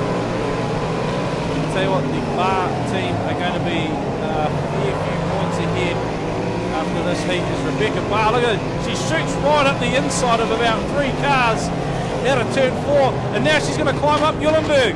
They've both gone to the wall hard. Yellenberg's come to a stop. Elliott's gone into Malsop, trying to avoid it all. And Bex has lost the 3 or 4 cars she passed. I tell you what though. Oh, Jamie Hemme fires himself in. Barr is still your leader from Ricky Dykstra, Wayne Moss, Brett Hislop. It's 1 lap to go. Collingwood's going to push Barr right out to the wall. They're going to come up on a very slow pace. Jamie Hemme, oh, he's got the loud pedal going again. Just some problems with the 571 tank. Pulls it to the infield now, and Graham Barr, yes he will, cross the line, taking the win from Ricky Dykstra, Clive Elliott. Heat 2 for Superstock best pairs done. Graham Barr, the 32p, picking up the win. Another great result for the Dykstra pairing. 28p, Ricky Dykstra picking up second. Third to 25s, Wayne Moss. 9p, Brett Hislop picks up fourth. 34p, Rebecca Barr in fifth. And 6 to 77p, Scott Penn. Rebecca, good night last night. You were going real well. Yeah, it was a good night, and Dad kept his end of the bargain up and raced good too. So. Didn't he just? Did you have a conversation over breakfast? Yeah, you know, that was a pretty tough conversation. No one wanted to let anyone down, that's for sure. Now, I've got to ask you, in fact, a lot of people have been asking me, they say, when you're talking to Bex next time, congratulate her firstly on the Panthers, making the Panthers. That's another, what do they call it? Another arrow in your bow, or bow in your arrow, whatever they call it, because you made the Mustangs. First woman to ever drive for the Panthers. Different or not? It was definitely a different experience racing with the Panthers. You know, it was a good bunch of guys and some good experience around me, which made it a lot easier going out there racing. So yeah, it was a very cool experience. The team's racing side, you've really taken to it like a duck to water, really, and it's something that you're acquitting yourself real well. Yeah, seems a bit like that. Probably not to Mum and Dad's happiness about it, but no, they're supporting me, so that's the main thing. Oh, well, of course. Well, I mean, your dad's been through that, and he knows what to expect. But you've obviously done extremely well, but just even the solo racing, I just, maybe it's imagination, but I just think this year it's another step up for you. Yeah, this year's definitely seems to be my year at the moment, so hopefully the good luck keeps coming and we'll see what happens. So as far as teams this year is concerned, would you be putting a name up? Oh yeah, definitely. Absolutely. Well, I think you've got a great future in the teams. Well done, Bex. We're very proud of you, and good luck tonight. Sweet, thank you very much. All Cheers. the best. So good to catch up once again with Rebecca Barr, who Rebecca and Graham went on to win the Superstock Best Pairs King of the Arena. How many people can say they won Superstock Best Pairs with their dad, or in Graham's case, with his daughter? Anyway, we stick with Dave, because Dave likes chatting up the birds, and he's going to chat to Hannah Field, 51p stock car. Well, out of the mini stocks last year and a year before that into the stock car, big sister stock car ready. Yeah. And that's Hannah Field. Hannah, first year in, what do you think? Yeah, first year it's going pretty good. Just had my second meeting last night in it, which was not too bad. Started picking up the pace in the third race, which was pretty good. Ended up qualifying 18th overall for my group, which I was pretty chuffed with because wasn't expecting to do very well. So what was it like out there? Was it different? Yeah, completely different to mini stocks. Just heaps more hitting, which was mean, to be honest. Like, it was pretty mean. Were you giving it yourself? Yeah, I was giving it. I was receiving it. No issues. Car's a bit battle scarred now, but it's all good. So it's a big difference from the mini stocks. And what are you sort of trying to achieve? You just want to get a bit quicker and a bit quicker, get the lap times up a bit? Yeah, just a bit quicker. You know, maybe place at a championship here and there, get some trophies, get some seat time, really, just prove the boys wrong, pretty much. So what are the boys saying? Are they saying always you're say, girly? yeah, they always say girls aren't the same, girls aren't that quick, Well, you know. Well, you're not going that quick yet. Not going that quick yet, but I'll catch them. So they're right, hey? Yeah, for now. They're right. They'll keep. And did they say you're not using the bumper enough? No, they haven't said that yet because they know I'll use it. And you're not using the bumper enough? Oh, I have been using the bumper enough. Oh, have you? Yeah, I'll tell you, Dave, I've been using it. Now, what about teams racing? I mean, there is a girls' team out there. Yeah, that's definitely something I'd be interested in doing one day. Bit of rough and tough with the boys. I'm not too fast, but yeah, I wouldn't mind doing teams racing for sure. How long do you intend to be in the stock? I mean, do you want to give it 2 or 3 seasons, give it a good go? Yeah, probably 2-3 seasons, possibly upwards to 5, but I mean, it all depends too on what sort of damage I do too. And wouldn't it be nice to jump into a super? Yeah, it'd be mean to jump into a super one day. So have you written a letter to Santa? Yeah, well, I keep asking Mum and Dad for a super or a saloon, and You're doing it wrong. They keep saying no, so I don't know what I'm doing wrong. No, you're doing wrong. You've got to write to Santa. All right, I'll write to Santa It's not your mum and dad. It's not the parents, it's Santa that's going to bring it for you. All right, I'll ask Santa. So it's Santa or Mr. Claus. He answers to both. Claus, yep. North Pole. Yep. Care of the Elves. Care of the Elves, yep. Dear Santa. Yep, dear Santa. This year. I would like a super stock. Yeah. Yep. Any particular colour? Pink and black. Pink and black. Yeah. All right. Big motor, big V8 motor. Yeah, it goes real fast. A seat with a reclining footrest. Yeah, that'd be nice too, yeah. And maybe even a cup holder for my drinks. Of course, and a full stereo. Yeah, definitely, for sure. Quad speakers all around the cab. You know, bass and everything. Yeah, well, well, it's all about the bass, isn't it? Yeah, it's all about the bass. I'm sure somebody said that before in the past. Yeah, probably. So Hannah Field was actually very unlucky not to qualify for the event we're about to show you. Heat 3 of Stock Car King of the Arena. Boy, it was entertaining. Kyle Rowe, watch that. Luke Myers, he's a man on a mission. Dion Mooney, he features again, but probably not for the right reasons. After that, we'll catch up with the winner of King of the Arena. The ute is off, the flag is dropped. Luke Healy getting a bit of a jump, but it's Tyler Walker straight into the lead.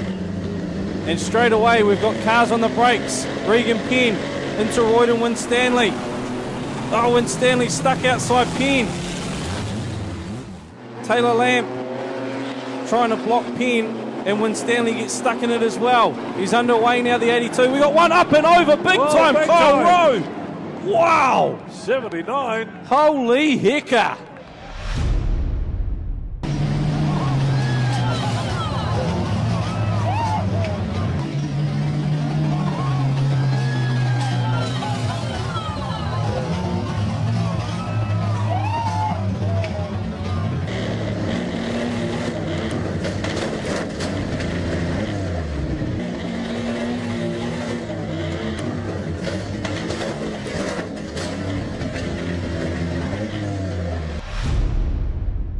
And we are underway.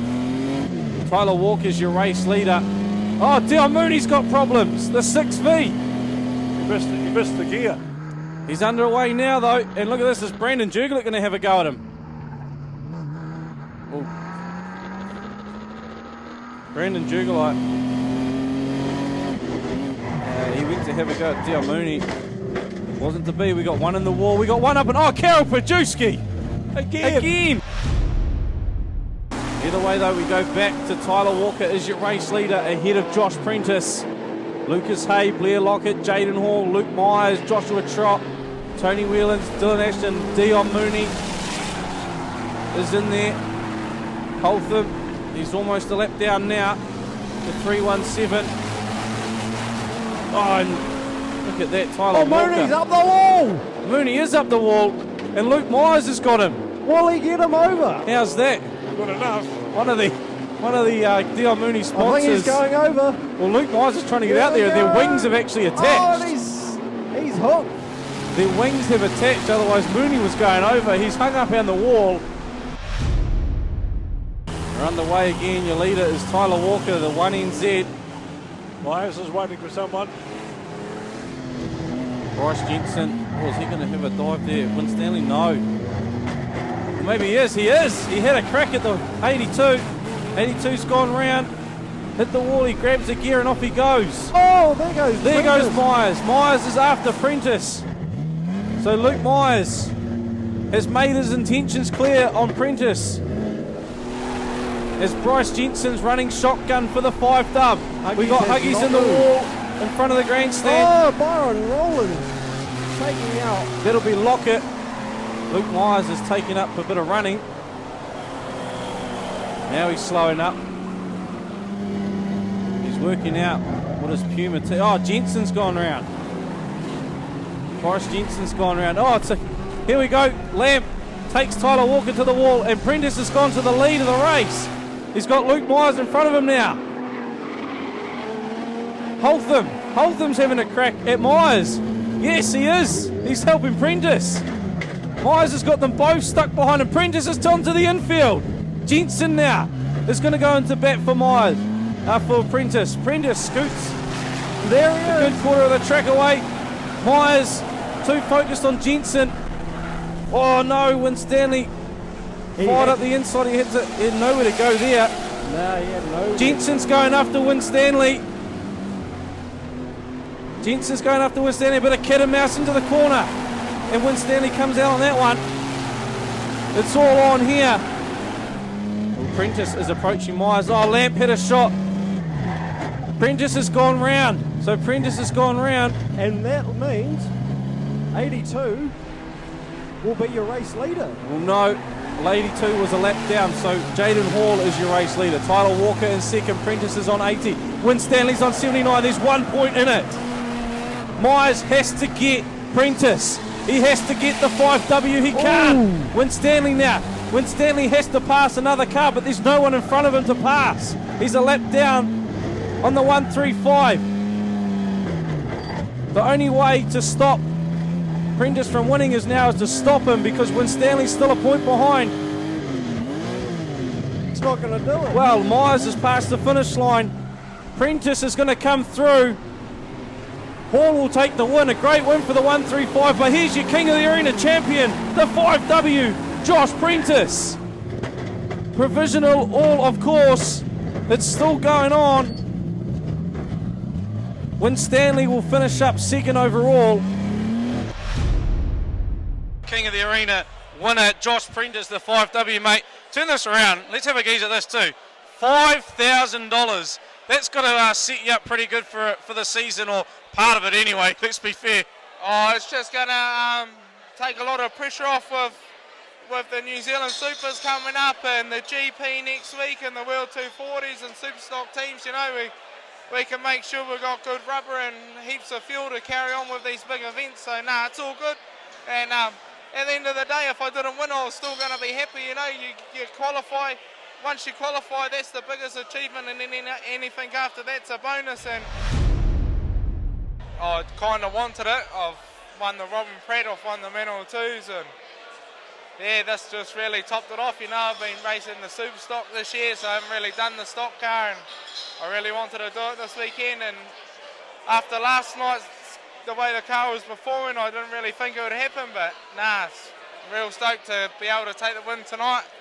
Yeah, last night it wasn't really going your way, but I mean, it was all out warfare last night as it was, and you managed to scrape through to qualify tonight.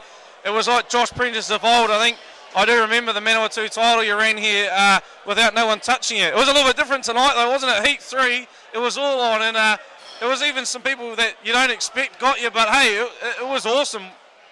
Oh, Heat 3 tonight, that's probably one of the best finals that goes back for a while now, you know, like usually a final now doesn't really get that entertaining, but yeah, there was probably a few people that I didn't think would swing, but hey, the crowd come here to see entertainment, and I'm pretty sure if they're not happy, then there's something wrong, because that last race was entertaining, and yeah, it was just trying to survive. I was just like looking around. Mooney got taken out, and I was like, I'm next.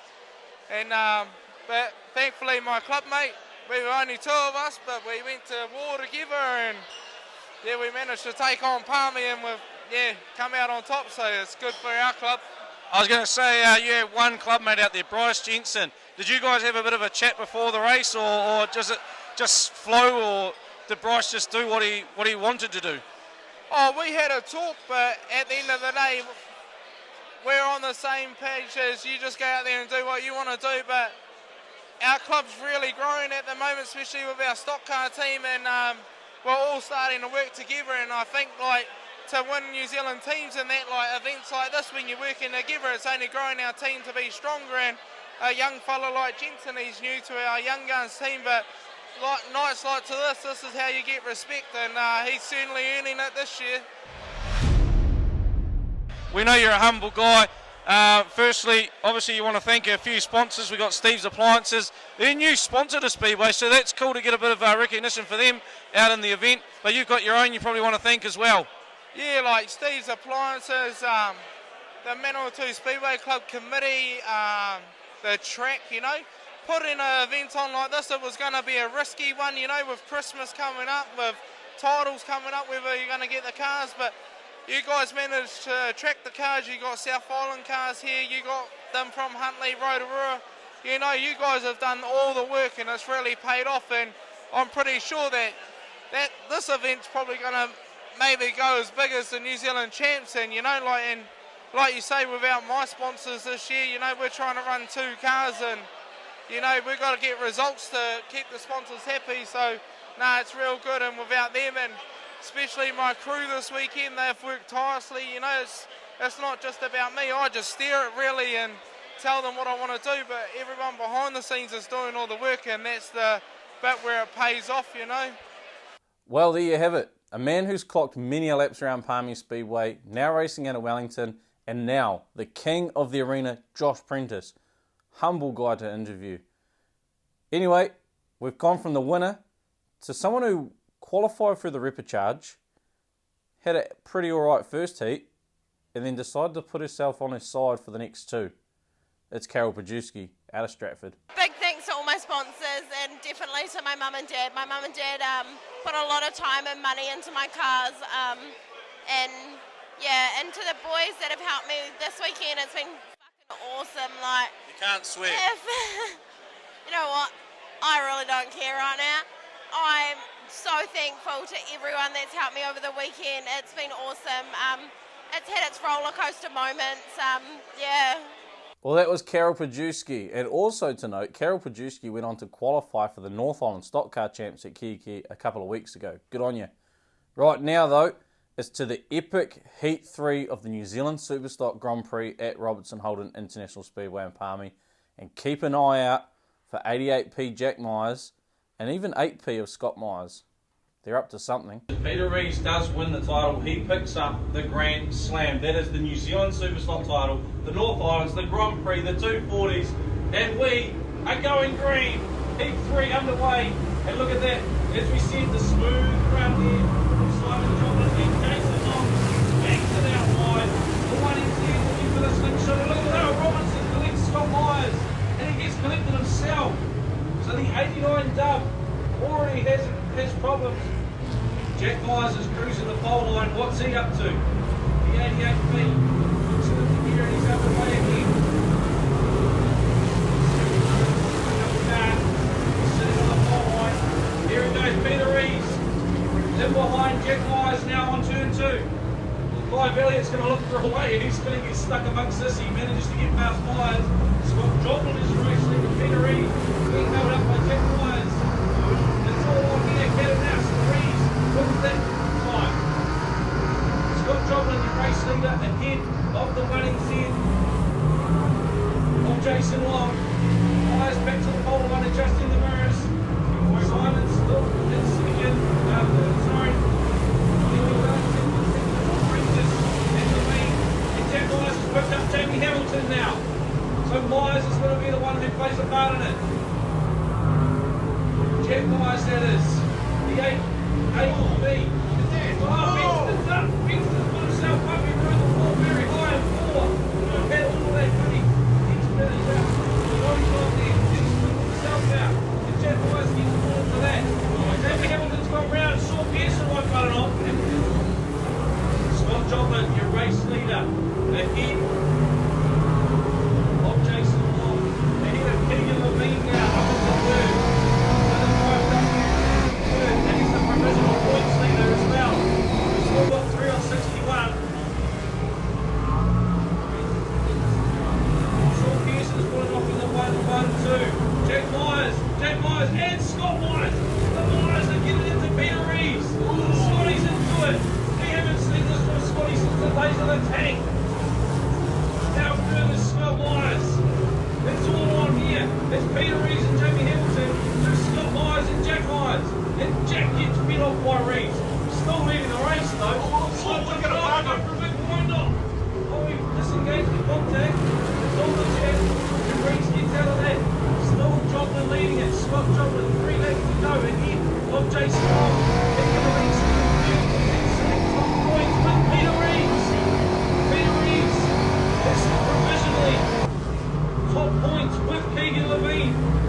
Jack Myers has got Jamie Hamilton all in behind him. So Jamie Hamilton looks like he is tied up for a third. We could have 2 runoffs here. One of them involving 4 cars. If it stays like this, Jack Myers has to pick up Peter Rees. He's got to put the foot down now. It's white flag. White flag is out. Scott Joplin.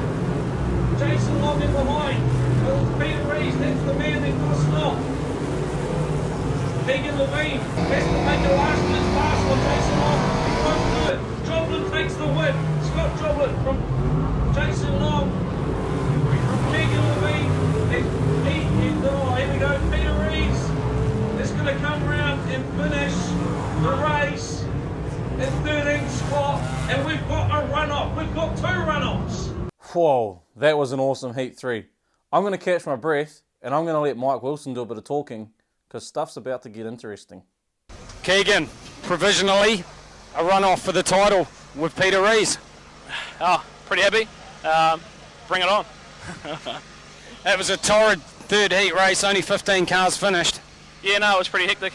Just lucky that I didn't have to come up to any block cars, and yeah, I just ran a smooth race, and yeah, I'm pretty happy. So, hey, let's go. You're still in this fighting, mate. It could be just 4 laps away from a Grand Prix debut title for you.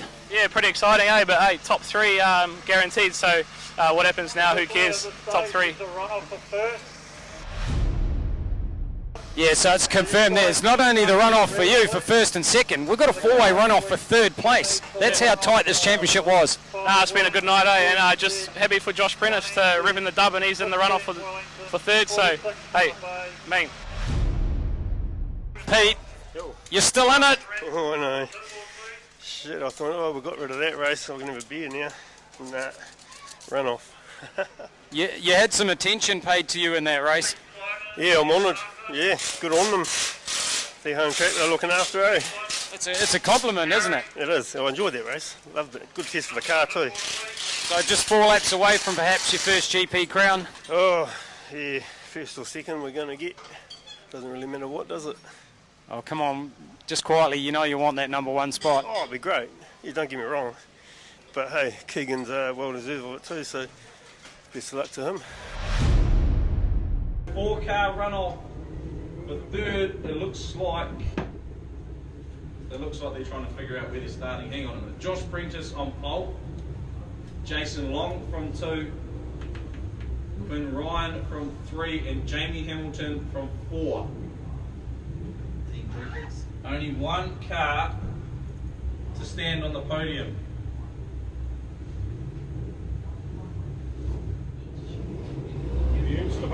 Here we go. 4-car runoff. Long pushing Prentice to the infield. So Long, Prentice get the back out of that.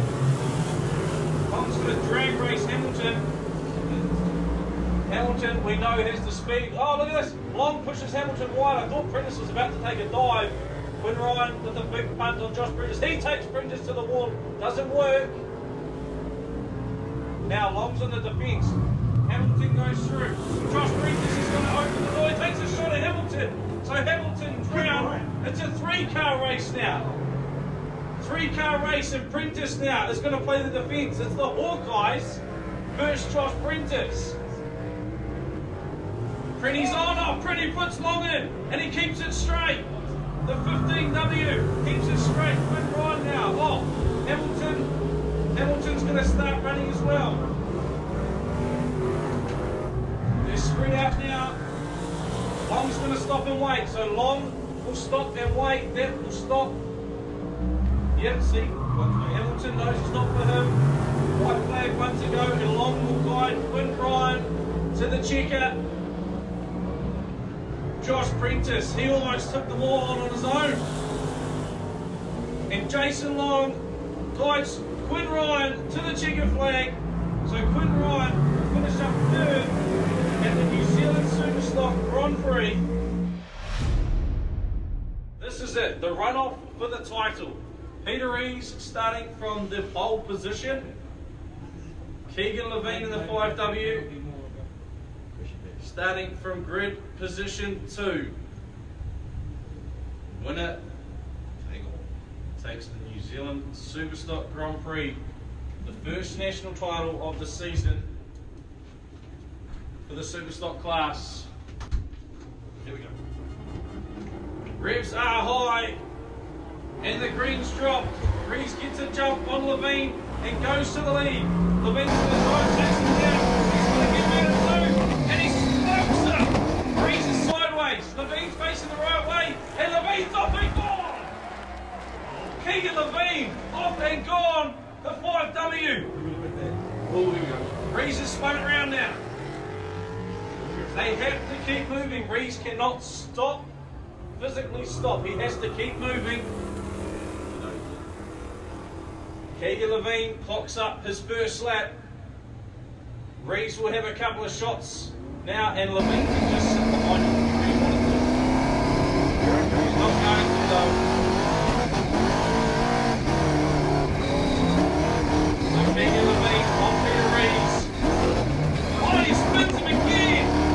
Keegan Levine through to the lead once again.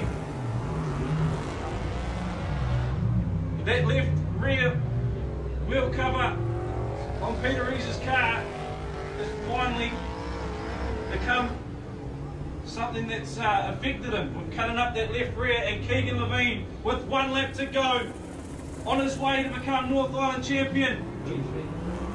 Sorry, the Grand Prix, that's how excited I am. Rees has got 1 corner to get him. Levine knows they both have to keep going. Rees gets it sideways. Keegan Levine, the New Zealand Superstock Grand Prix champion. The Hutt Park team will be loving this. Well, I told you it was going to get interesting. Runoff between Keegan Levine and Peter Rees for first, with Keegan Levine taking the honours, and a 4-car runoff for third, with the Hawke's Bay boys, Quinn Ryan taking the 3rd overall, with a lot of help from Jason Long. Credit, though, to Josh Prentice, 15W. He almost defeated all 3 by taking all 3 out. The only one he didn't get the bumper on was Quinn. And also Jamie Hamilton. Man, that thing's fast. But now, though, let's catch up with our New Zealand Superstock Grand Prix champion, Keegan Levine. Alright, catching up with our New Zealand Superstock Grand Prix winner, Keegan Levine. Keegan, mate, you had an absolute shocker of a first race. Spun to the rear of the field, finished up 13th, came back with 2 solid second placings. Talk us a little bit firstly through those through heats. Yeah, well, I don't know, just the first one was a bit of a shocker, really. I didn't expect this at all, to be fair. Normally, a 13th place in a field like this is not the best finish, but hey, it just shows the speed and the quality of the cars. I mean, a 13th, and you can still take out a title. So, yeah, just pretty happy. The last heat, at one stage there was 5 of you guys tied for first. Then all of a sudden we lost Simon Joblin, and that basically opened it up for you. You were solely out in front on 63. Pete Rees, though, managed to make his way back up. He finished on 63. Then you heard you had a runoff. What was the thoughts going through your mind then? Yeah, well, I saw Pete and Hamilton, they were getting a bit of attention, so I knew that I was hoping that me and Prenny might have come out 1-2, because I knew that I was a point separating us, so I just had to pass him, and I thought we had done enough for 1-2, but hey, still pretty happy. And Josh, awesome effort, man. Against 2 Hawke's Bay cars to still finish second, only a couple of car lengths behind, top effort, so big things to come for Wellington. You went out against Peter Rees, the man he's done runoffs galore. He's experienced at this. He didn't just want to win the New Zealand Superstock Grand Prix. Peter Rees wanted to win the Grand Slam. There was a lot riding on him. There was nothing riding on you. What was your feeling going into that runoff? Yeah, I was just going to do anything to win it, really. I was just more thinking having GP in the stock car and Superstock at the same time was the only thought running through my mind. So, yeah, just pretty happy, eh? And, yeah, what else can you say? There you go, Keegan Levine, your New Zealand Superstock Grand Prix champion. Come on, give him a round of applause, everyone. Cheers, bro. Well, that's our New Zealand Superstock Grand Prix champion, Keegan Levine. And not long after that, Keegan and his brother Ethan finished 1-2 for the Hutt Park team at the North Island Stock Car Champs, with Keegs on the top step, of course. Anyway, that's the serious stuff of our show. Unless anything Duane's found on file. Right, ready to go, Simon? Yeah, I'm thinking. Cool, we good? We've got an awesome display of our racing from out the... Right. Yeah. Was it Hey. live? Nah. Oh, that's good. That's right, I've already sworn. To get us from Speedway. Okay, we started talking. At least when you interview a driver, you're like, bro, how was that race? right down here. Sorry. And we join him. We'll start that one again. That's where we need an elf. We talked to midget drivers. Wow, how's that for high drama? Let's hope. We'll start that again. Gotta tell Duane, do not edit. Yeah, do not edit. Well, thanks for watching our Christmas special of Speedway The Inside Dirt. We're back next Thursday with our regular footage. In the meantime, though, stay safe, be merry, don't drink and drive, enjoy the events around the country. Until then, we'll see you next time.